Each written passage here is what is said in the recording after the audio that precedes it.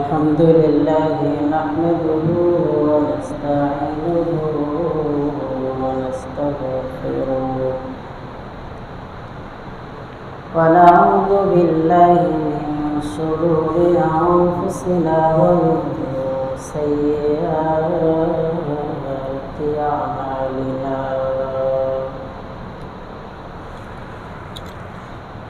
من يهد الله فلا مضل له ومن يضلله فلا هادي له وأشهد أن لا إله إلا الله وحده لا شريك له وأشهد أن سيدنا ومولانا محمدا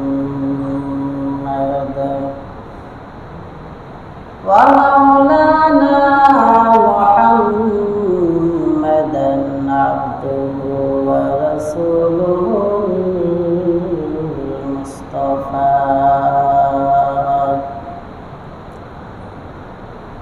صلى الله تعالى عليه وعلى آله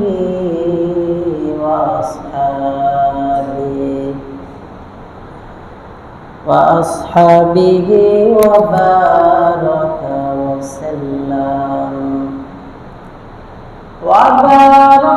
وسلم تسليما كثيرا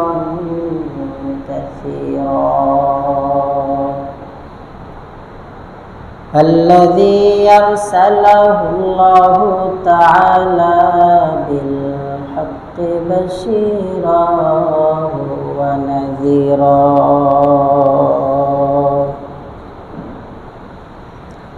وداعيا إلى الله بإذنه وسراجا منيرا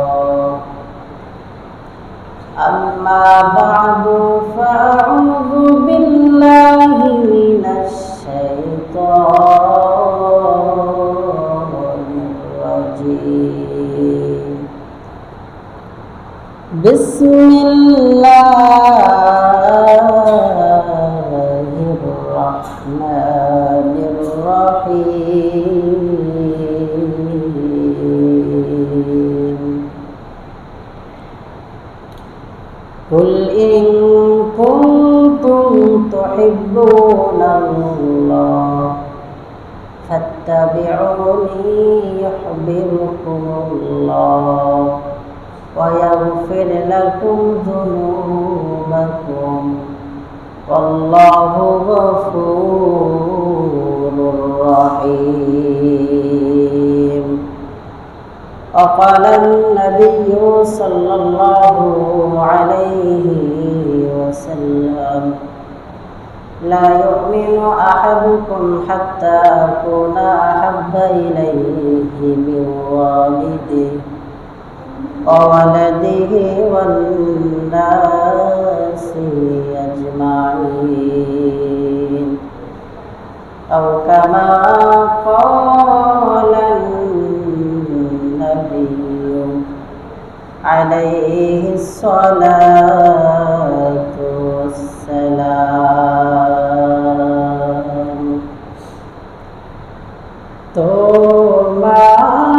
তোমার পথ চেয়ে আছি আমি ইয়া রাসূলুল্লাহ ইয়া হাবিবাল্লাহ কবে পাবো যে তোমার দিদার ইয়া রাসূলুল্লাহ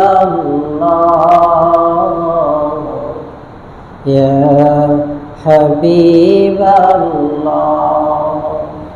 তোমার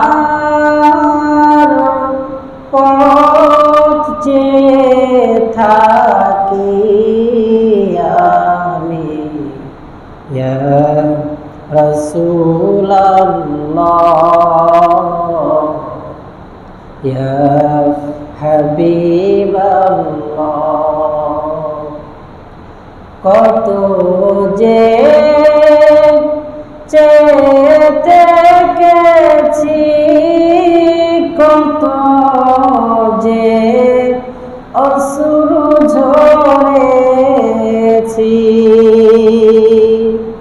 এই আশায় শুধু থেকেছি কবে পাব যে তোমার দিদার তোমার পথ চেয়ে থাকি আমি ইয়া রাসূলুল্লাহ ইয়া হাবিবাল্লাহ কবে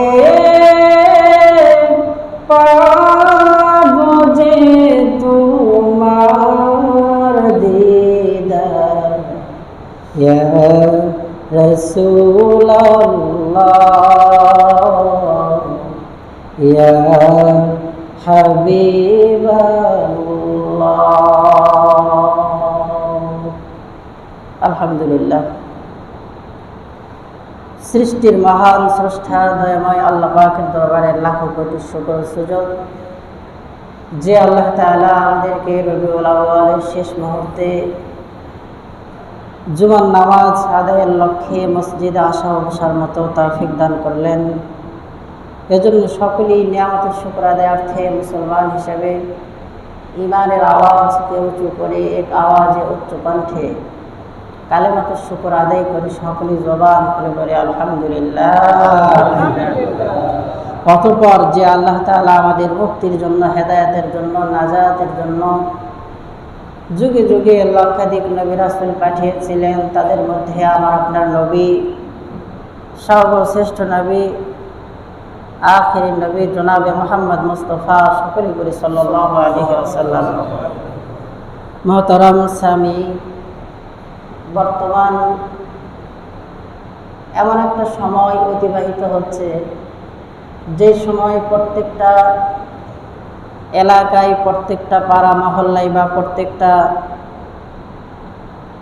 দামি জায়গায় রাসূল আকরাম সাল্লাল্লাহু আলাইহি ওয়াসাল্লামের সিরাত মাহফিল অনুষ্ঠিত হচ্ছে, সিরাত সম্পর্কে আলোচনা সভা হচ্ছে। কারণ এটা রাসূল আকরাম সাল্লাল্লাহু আলাইহি ওয়াসাল্লামের জন্মের মাস এবং বিদায়ের মাস, পরলোক গমনের মাস, ইন্তেকালের মাস। এজন্যই এ মাসে বেশি বেশি রাসূল আকরাম সাল্লাল্লাহু আলাইহি ওয়াসাল্লামের সিরাত সম্পর্কে আলোচনা হচ্ছে।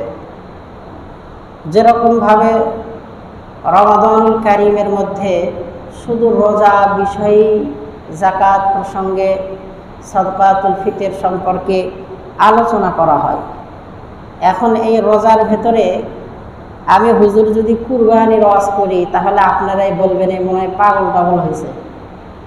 রমজান মাস কিসের কি ভালো মন্দ কিছু বলবে, তা না বলে কুরবানির ওয়াজ, অসময় এমনি একটা ওয়াজ। তো যাই হোক, এটা রবিউল আউয়াল, সময় বুঝে কোরআন সুন্নাহ থেকে কথা বলা, এটা রাসূল আকরাম সাল্লাল্লাহু আলাইহি ওয়াসাল্লামের সুন্নতের মধ্যে হতে একটি সুন্নাত। যখন যে মৌসুম চলবে সেই বিষয়ে সর্বপ্রথম এই মসজিদের মিম্বর থেকে আওয়াজ উঠবে।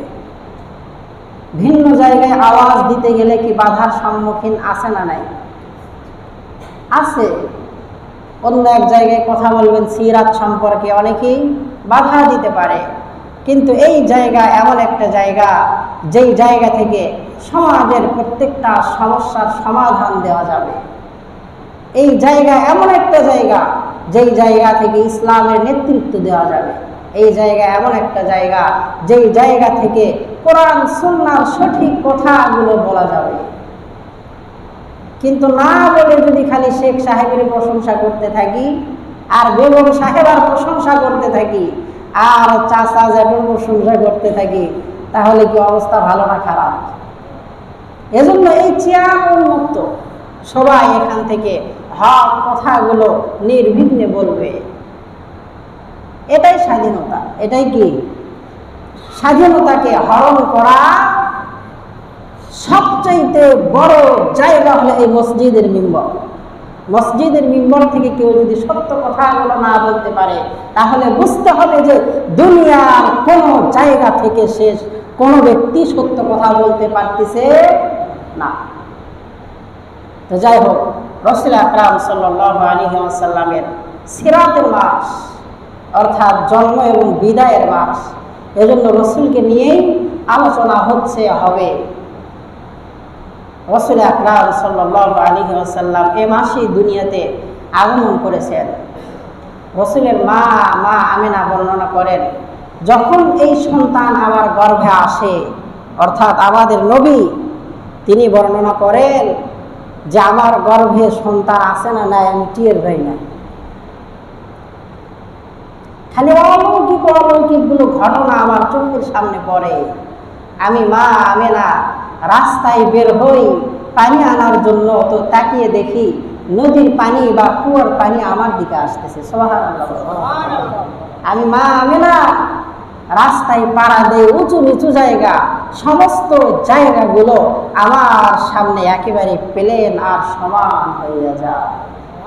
মা আমিনা বর্ণনা করেন যে পাহাড়ের উঁচু নিচু জায়গা, ছোট্ট ছোট্ট পাথরগুলো, যখন আমি পাথরের উপরে পাড়া দেই তো পাথরগুলো অটোমেটিক তুলার মতো নরম হয়ে যায়। মা আমিনা বর্ণনা করেন যে রাস্তায় গাছের পাতা পড়ে থাকে, যেই সমস্ত পাতার উপরে আমার পা পড়ে, আমি মা আমিনা তাকিয়ে দেখি পাতাটা ফুল হয়ে গেছে। সুবহানাল্লাহ।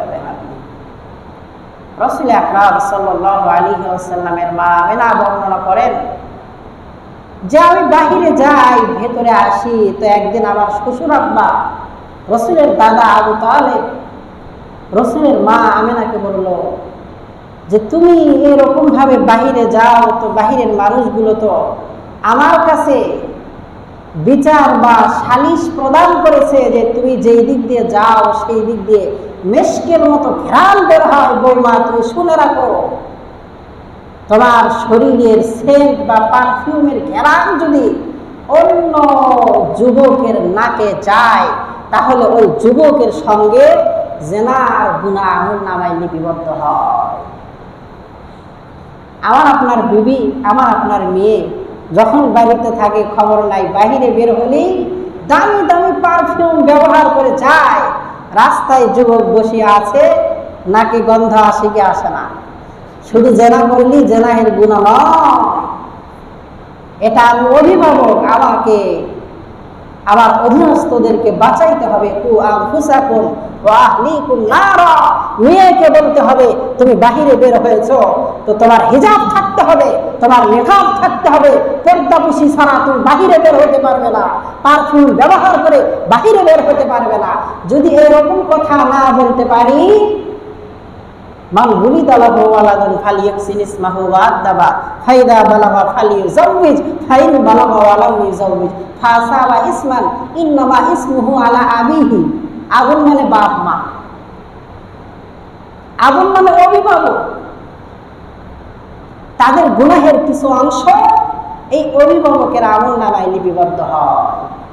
এবার শোনেন, বিবাহের আগে একজন মেয়ের আমলনামাতে যদি সওয়াব লিপিবদ্ধ করা হয়, তাহলে তার বাবার আমলনামায় কিছু সওয়াব যায়। একজন মেয়ের আমলনামায় যদি গুনাহ লিপিবদ্ধ করা হয়, তাহলে তারও কিছু অংশ মা বাবার আমলনামায় চলে যায়। আর বিবাহের পরে তার গুনাহের কিছু অংশ স্বামীর আমলনামায় চলে যায়। বিবাহ দিয়েছে, পর্দা পুষিতে রাখার দায়িত্ব আর বাবার নেই। বিবাহ দিয়েছে তো নামাজের আহকাম, নামাজের কথা বলার দায়িত্ব বাবার আর নেই, কারণ তার তো এখন অভিভাবক স্বামী আছে। নামাজ কাজা করেছে, বেপরদায় রাস্তায় বের হয়েছে, রাস্তায় পারফিউম লাগিয়ে ঘুরিয়ে বেরিয়েছে, তার গুনাহের কিছু অংশ অবশ্যই স্বামীর আমলনামায় লিপিবদ্ধ হবে। এজন্য সবাই সবার জায়গা থেকে কু আনফুসাকুম ওয়া আহলিকুম নারা, নিজে বাঁচলে চলবে না, কি নিজে বাঁচলে চলবে? আল্লাহ তাআলা আল্লাহ পাকের নবীকেও ছাড় দেন নাই। আল্লাহ পাকের নবী লূত আলাইহিস সালাম তাকেও ছাড় দেন নাই। তার কওমের সঙ্গে নবী লূত আলাইহিস সালামকে পিছিয়ে ফেলেছে। ফেরেশতারা বলে, আল্লাহ আপনার নবী, বলে নবী শুধু একাই বাঁচতে চেয়েছে, তার আহাল পরিবারদেরকে বাঁচাইতে চায় নাই বা বাঁচাইতে পারে নাই, এজন্য নবী সহ আমি আল্লাহ তাআলা মাটির সঙ্গে মিশিয়ে দিয়েছি। দাদা আব্দুল মুত্তালিব ডাক দিয়ে বলল, বাবা তুমি যে দামি দামি পারফিউম লাগাইয়া বাহিরে বের হও, এরকম তো বাহিরে বের হওয়া ঠিক নয়। মা আমেনা ডাক দিয়ে বলে, শ্বশুর আব্বা আমার, খোদার কসম করে বলছি আমি আমার শরীরের মধ্যে কোনো আতর আর মেশক লাগাই না। দাদা আব্দুল মুত্তালিব এবার অবাক হয়ে গেলেন, আর বললেন, তাহলে এত সুন্দর পারফিউম আর আতরের ঘেরান কোথায় থেকে বের হয়? মা আমেনা ডাক দিয়ে বলে, বাবা যেই দিন থেকে এই সন্তান আমার গর্ভে এসেছে, ওই দিন থেকে আমি যেখানে বসি সেখান থেকে মিশকের ঘেরান বের হয়। যেই বিছানায় আমি শয়ন করি সেই বিছানা থেকে মিশকের ঘেরান বের হয়। যেই রাস্তা দিয়ে আমি মা আমেনা হেঁটে যাই, ওই রাস্তা দিয়ে মিশক আম্মরের চাইতে বেশি সুঘেরান বের হয়। রাসূল আকরাম সাল্লাল্লাহু আলাইহি ওয়াসাল্লামের শান এগুলো। মা আমেনা বর্ণনা করেন যে আমি বসে আছি, তো কিছুক্ষণ পর দেখি আমার মাথার উপরে একটি নূরের আলো ঝলমল করে। তো আমি তাকিয়ে দেখি যে নূরের আলোতে পুরো দুনিয়াটা আলোকিত হয়ে গিয়েছে। সুবহানাল্লাহ। ওয়া মা আরসালনাকা ইল্লা রাহমাতাল লিল আলামিন, নবী আমার জগৎবাসীর জন্য আলামিন, আলামিন জগৎবাসীর জন্য, পুরা কায়নাতের জন্য রহমত স্বরূপ। কেমন রহমত? রাসূল আকরাম সাল্লাল্লাহু আলাইহি ওয়াসাল্লাম যেদিন দুনিয়াতে আসবেন, দাদা আব্দুল মুত্তালিব তো ব্যাকুল হয়ে গিয়েছে যে আমার সন্তান আব্দুল্লাহ দুনিয়ার থেকে বিদায় গ্রহণ করছে। যখন রসুলের 6 মাস যখন পেটে, ওই সময় বিদায় গ্রহণ করছে, ব্যবসা করার জন্য বাহিরে গিয়েছে। মা আমিনার থেকে শুনছি যে যেন তেন মহামানব আমাদের ঘরে তো আসতেছে না, অতএব তাকে অ্যাকসেপ্ট করার জন্য আমার অবশ্যই অর্থকরীর প্রয়োজন আছে। সেই ব্যবসা করার জন্য বাহিরে গিয়েছে, ঘটনাক্রমে সেখানে ইন্তেকাল করেছে। রাসূল আকরাম সাল্লাল্লাহু আলাইহি ওয়াসাল্লাম দুনিয়াতে আসার সময় হয়ে গিয়েছে। এবার মা আমেনা বর্ণনা করেন যে রাত ঘুটঘুটে অন্ধকার, কিছুক্ষণ পর দেখি যে নূরের মশাল জ্বালিয়ে কে যেন আমার ঘরের ভেতরে প্রবেশ করে, কিন্তু প্রবেশ করার স্থানটা একেবারেই ভিন্ন, দরজা বা জানালা দিয়ে নয়, ঘরের ছাদ ফেলে কে যেন আমার ঘরের ভেতরে নূরের মশাল নিয়ে নামতেছে। এবার ডাক দিয়ে বললো যে আপনি কে? সঙ্গে সঙ্গে জবাব এসে গেল যে আমরা জান্নাতের হুর আর গেলমান গুলো আমার রসুলকে দেখতে এসেছি। মা আমেনা কিছুক্ষণ পরে দেখে যে আবার তার রুমের ভিতরে নূরের মশাল জ্বালিয়ে কে যেন নামতেছে। তো বলা হচ্ছে যে আপনি কে? উনি জবাব দেন যে আমি বিবি আসিয়া। এরপর আর একজন এসেছে, আপনি কে? সঙ্গে সঙ্গে জবাব দেয় আমি মা হাওয়া আলাইহিস সালাম, আমি আমার সর্বশ্রেষ্ঠ সন্তানকে দেখার জন্য আসছি। তো কিছুক্ষণ পরে ঘর একেবারে ঘুটঘুটে অন্ধকার হয়ে গিয়েছে। কিছুক্ষণ পরে রাসূলের জন্ম হয়ে গিয়েছে। যাওয়ার সঙ্গে সঙ্গে পুরো ঘরটা নূরের আলোতে নূরান্বিত হয়ে গিয়েছে। দাদা আব্দুল মুত্তালিব বাহির থেকে ব্যাকুল হয়ে গেছে আর বলতেছে, বৌমা আমার নাতিকে আমার কোলে তাড়াতাড়ি উঠাইয়া দাও। দরওয়াজার দিকে দৌড় বাড়ছে। আল্লাহ তাআলা জিবরিল আমিনকে বললেন যে জিবরাইল, আমার রাসূল তো পুরো বিশ্ববাসীর জন্য রহমত স্বরূপ, তাড়াতাড়ি জান্নাত থেকে একটি তয়লা নিয়ে গিয়ে আমার রাসূলকে তয়লার উপরে উঠাইয়া পুরা দুনিয়াটা ঘুরাইয়া রহমত বিলীন করিয়া দাও। রাসূল আকরাম সাল্লাল্লাহু আলাইহি ওয়াসাল্লাম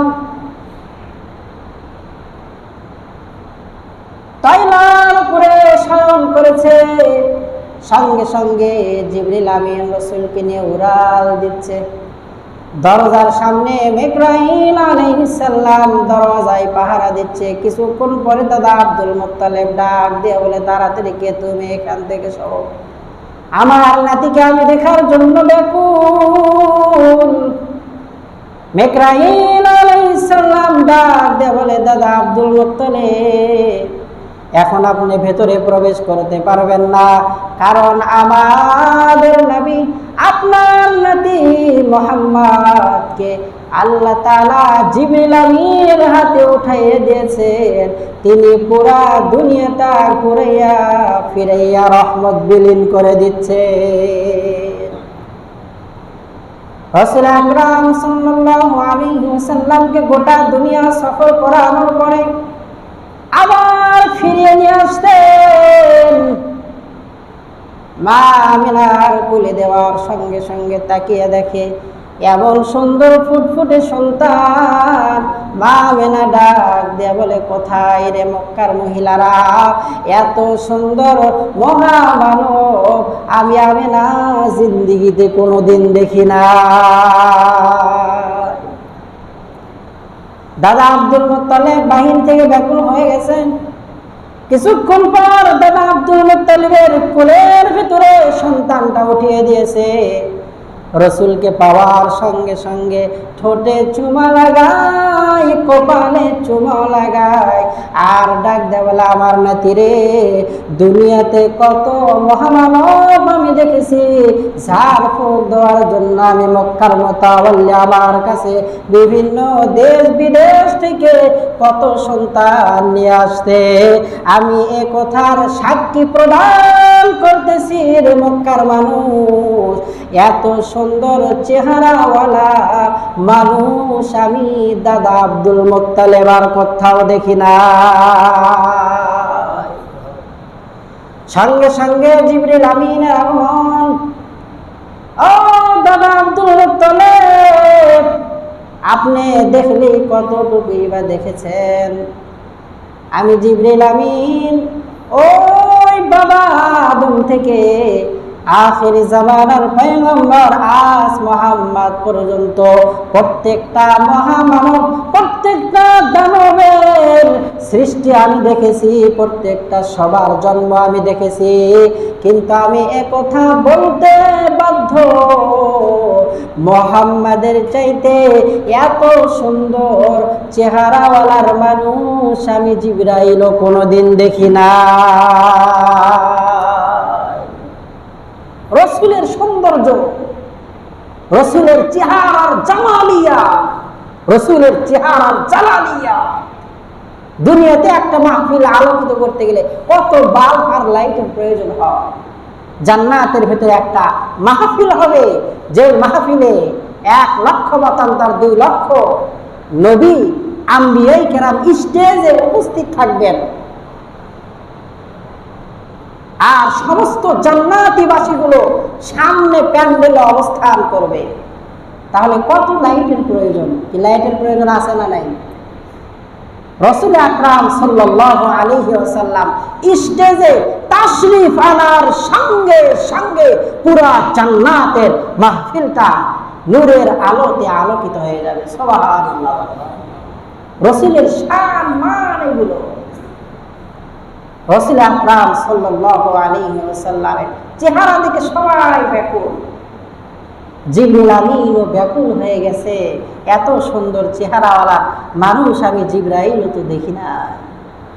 আল্লাহ তাআলা সঙ্গে সঙ্গে ডাক দেয়, বলে, আমার ফেরেশতা জিবরাইল, আমি যত মানুষ দুনিয়াতে পাঠিয়েছি, যত যা কিছু আমি আল্লাহ তাআলা সৃষ্টি করেছি, মুহাম্মাদের চাইতে আমার প্রিয় হাবিবের চাইতে এত সুন্দর করে আর কাউরে দুনিয়াতে বানাই না।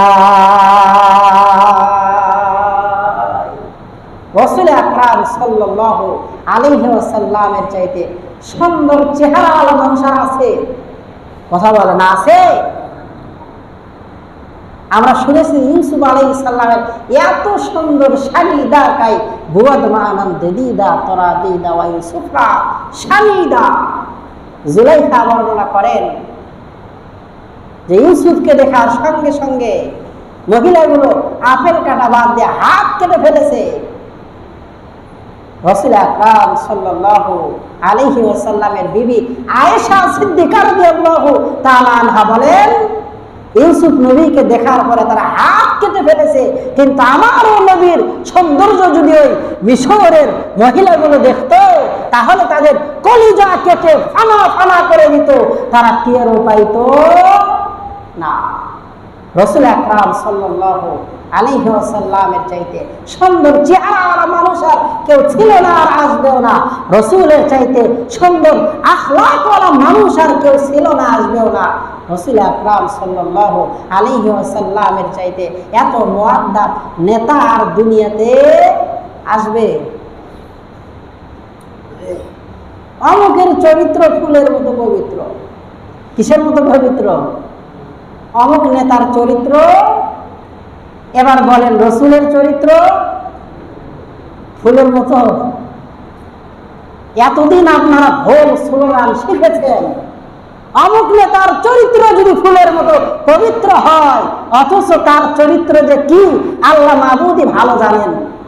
কিছুদিন আগে একটা প্রকাশ পাইছে হারুন সাহেবেরটা, বলেছিলাম পিচ্চি বক্তা রফিকুল ইসলাম মাদানীকে উনি বর্ণনা করেন, কান্না করেন আর বলেন যে আমাকে রাত 1টার দিকে ধরে নিয়ে গিয়ে আমার শরীর থেকে সব পোশাক খুলিয়ে ফেলেছে, হাতের ভিতরে মদের বোতল ধরিয়ে দিয়েছে, একটা বিবস্ত্র মহিলাকে এনে আমার সামনে দাঁড় করে ছবি উঠে দিয়েছে।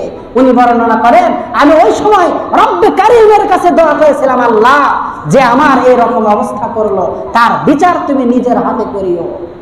সঙ্গে সঙ্গে বললেন যে আপনারা যে আমার সঙ্গে এগুলো করতেছেন বিপি প্রধান হারুন সাহেব কি জানে? বলে হুজুর বলেন কি, এগুলোর গড ফাদার হলো হারুন সাহেব। কিছুদিন যাইতে না যাইতেই জনসম্মুখে তার কি সবকিছু ছিল প্রকাশ পেয়ে গিয়েছে। যাই হোক, কোন কথা থেকে কোন দিকে ঢুকলাম। রাসূল আকরাম সাল্লাল্লাহু আলাইহি ওয়াসাল্লাম সবচাইতে সুন্দর চরিত্রের অধিকারী। ইন্নামা ইয়াখশাল্লাহা মিন ইবাদিহিল উলামা। রাসূল আকরাম সাল্লাল্লাহু আলাইহি ওয়াসাল্লাম চলে গেছে, ইয়াখশাল্লাহা মিন ইবাদিহিল উলামা। রাসূলের উত্তরসূরি উলামায়ে কেরাম। উলামায়ে কেরামের চরিত্র সম্পর্কে যদি কেউ কথা বলে তাহলে সে রাসূলের চরিত্র সম্পর্কে কথা বললো। হাদিসের ভেতরে এসেছে, তোমরা তো রাসূলকে দেখো নাই, কোন হক্কানি উলামায়ে কেরামের চেহারার দিকে যদি তোমরা নেক নজরে তাকাও তাহলে আল্লাহ তাআলা তোমাদের আমলনামায় রাসূলের চেহারার দিকে তাকিয়ে থাকার সব দান করে দিবে। সুবহানাল্লাহ। উলামায়ে কেরামদেরকে যদি বলা হয় চরিত্রহীন, তাহলে আমরা স্পষ্ট ভাষায় বলতে চাই উলামায়ে কেরাম চরিত্রহীন নন, চরিত্রহীন আপনি, চরিত্রহীন আপনি, চরিত্রহীন আপনি। কথা বলেন ঠিক কিনা? কাকে চরিত্রহীন বলেন? চরিত্রহীন উলামায়ে কেরাম নন। উলামায়ে কেরামকে চরিত্রহীন বলবেন তো স্বয়ং রাসূলকে চরিত্রহীন বলার সব না গুনাহ? গুনাহ আমলনামায় লিপিবদ্ধ হয়ে যাবে। এজন্য সবাই সবার জায়গা থেকে সজাগ থাকা, সচেতন থাকা। রাসূল নিয়ে আসলেন একটা জিনিস, উত্তম আদর্শ। কি আদর্শ? এই গত কয়েক সপ্তাহ হলেই বলা হচ্ছে কি আদর্শ? বোঝে না। স্পেশাল ভাবে উত্তম আদর্শ নিয়ে এসেছেন রাসূল। উত্তম আদর্শ ভেতরে থাকার দরকার আছে না নাই? কথা বলেন, আছে না নাই? উত্তম আদর্শ কি সেটাই তো বুঝি না। বুঝে দেওয়া হবে ইনশাআল্লাহ আগামীতে। এরপরে রাসূল রেখে গেলেন কোরআন, কোরআনকে অনুসরণ করতে হবে। রাসূল রেখে গেলেন হাদিস, হাদিসের অনুসরণ অনুকরণ করে আল্লাহ তাআলা আমাদের সামনে জীবন পরিচালনা করার তৌফিক দান করেন। আমা তৌফিক ইল্লা বিল্লাহ। যারা সুন্নাত আদায় করেন তারা চান